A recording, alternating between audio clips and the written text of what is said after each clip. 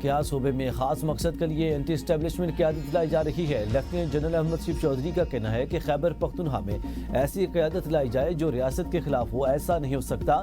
ریاست انتہائی مضبوط ہے، اسٹیبلشمنٹ ریاست کا ایک ادارہ ہے۔ کیا ایسی قیادت لائی جا رہی ہے جو ریاست کے خلاف ہے؟ ریاست انتہائی مضبوط ہے۔ ترجمان پاک فوج کا کہنا ہے کہ سیاسی خلل کے باوجود دہشت گردی کے خلاف جنگ جاری رہے گی۔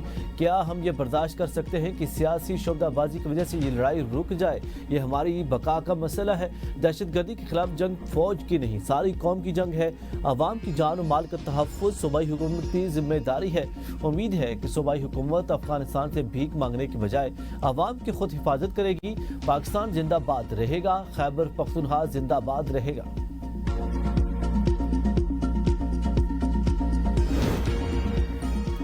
خیبر پختونخوا میں دہشت گردی کا سبب سیاسی و مجرمانہ گٹھ جوڑ ہے۔ D G I S P R کی پشاور میں نیوز کانفرنس۔ پاک فوج کے ترجمان کا کہنا ہے کہ سوچے سمجھے منصوبے کے تحت دہشت گردوں اور ان کی سہولت کاروں کو موقع دیا گیا۔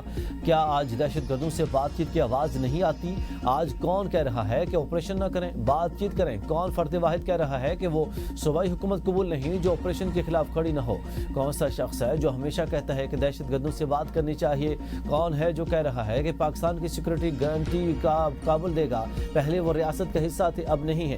اس گمراہ کن اور مجرمانہ سوچ کی قیمت فوج اور عوام ادا کرے گی۔ اس نے بات چیت کی ہے کہ کیا حل نکلا؟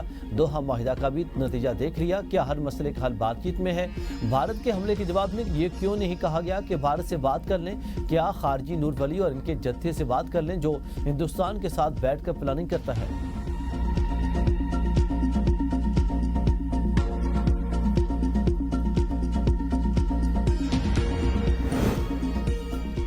کابل میں حملے پر ترجمان پاک فوج سے سوال۔ D G I S P R کا کہنا ہے کہ پاکستانی عوام کی حفاظت کے لیے تمام ضروری اقدامات کر رہے ہیں اور کریں گے۔ افغان حکومت سے ایک ہی مطالبہ ہے کہ اپنی سرزمین ہمارے خلاف استعمال نہ ہونے دیں۔ لیفٹیننٹ جنرل احمد شیف چودھری نے کہا کہ پاکستان میں دہشت گردی بڑھنے میں سرحد پار سے در اندازی اہم وجہ ہے۔ افغانستان بھارتی حمایت یافتہ دہشت گردوں کا بیس کیمپ بنا ہوا ہے۔ افغانستان میں چھوڑے گئے امریکی ہتھیار بھی استعمال ہو رہے ہیں۔ افغان مہاجرین کی وطن واپسی پر 2014 اور 2021 کے نیشنل ایکشن پلان میں اتفاق ہوا تھا۔ اب اس کی مخالفت اور اس پر سیاست کیوں کی جا رہی ہے؟ افغانستان کا بارڈر دنیا کا واحد بارڈر ہے جہاں صرف ہماری طرف سے سیکورٹی ہوتی ہے، دوسری طرف سے دہشت گردوں کی سہولت کاری کی جاتی ہے۔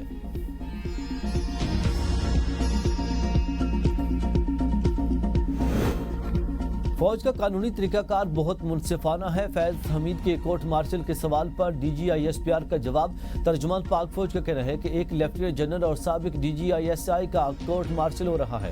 انصاف کی تمام ضروریات پوری ہونی چاہیے تاکہ سوال نہ اٹھے۔ کورٹ مارشل میں دفاع کا پورا موقع دیا جاتا ہے، تمام قانونی حقوق حاصل ہوتے ہیں، سول وکیل کی اجازت ہوتی ہے، ہمیں کسی تاخیر کی پریشانی نہیں، ہم نے انصاف کے تقاضے پورے کرنے ہیں۔ کورٹ مارشل کا عمل جاری ہے جس کا منطقی انجام ہوگا۔ فیض حمید کے کورٹ مارشل کی ایک وجہ یہ بھی ہے کہ انہوں نے سرکاری تعلق کو سیاسی اور ذاتی بنایا۔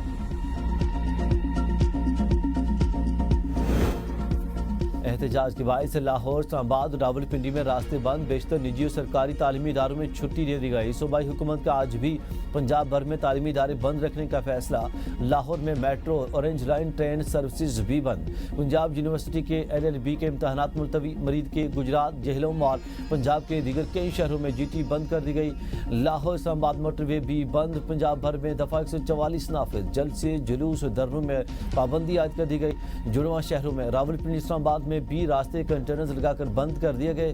ریڈ زون، ڈی چوک، نادرا چوک کو کنٹینر لگا کر مکمل بند کر دیا گیا۔ میٹرو بس سروس بھی بند۔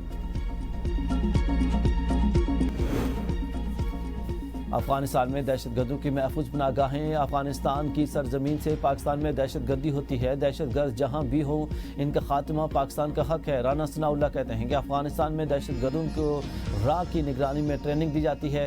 افغانستان کو کہہ دیا دہشت گردی اور تعلقات ساتھ نہیں چل سکتے۔ دہشت گردوں کے خلاف کارروائیاں تیز کر دی گئی ہیں۔ کے پی میں کسی بھی حکومت کو کارروائی میں رکاوٹ نہیں ڈال سکتے۔ ہو سکتا ہے پی ٹی آئی کی صوبائی پارلیمانی پارٹی کا ایک گروپ الگ ہو جائے، پی ٹی آئی کا ایک گروپ الگ ہو گیا تو انہیں مشکلات ہو سکتی ہے۔ وزیر اعلیٰ کے انتخابات سے متعلق پی ٹی آئی کے لیے کافی مشکلات نظر آ رہی ہیں۔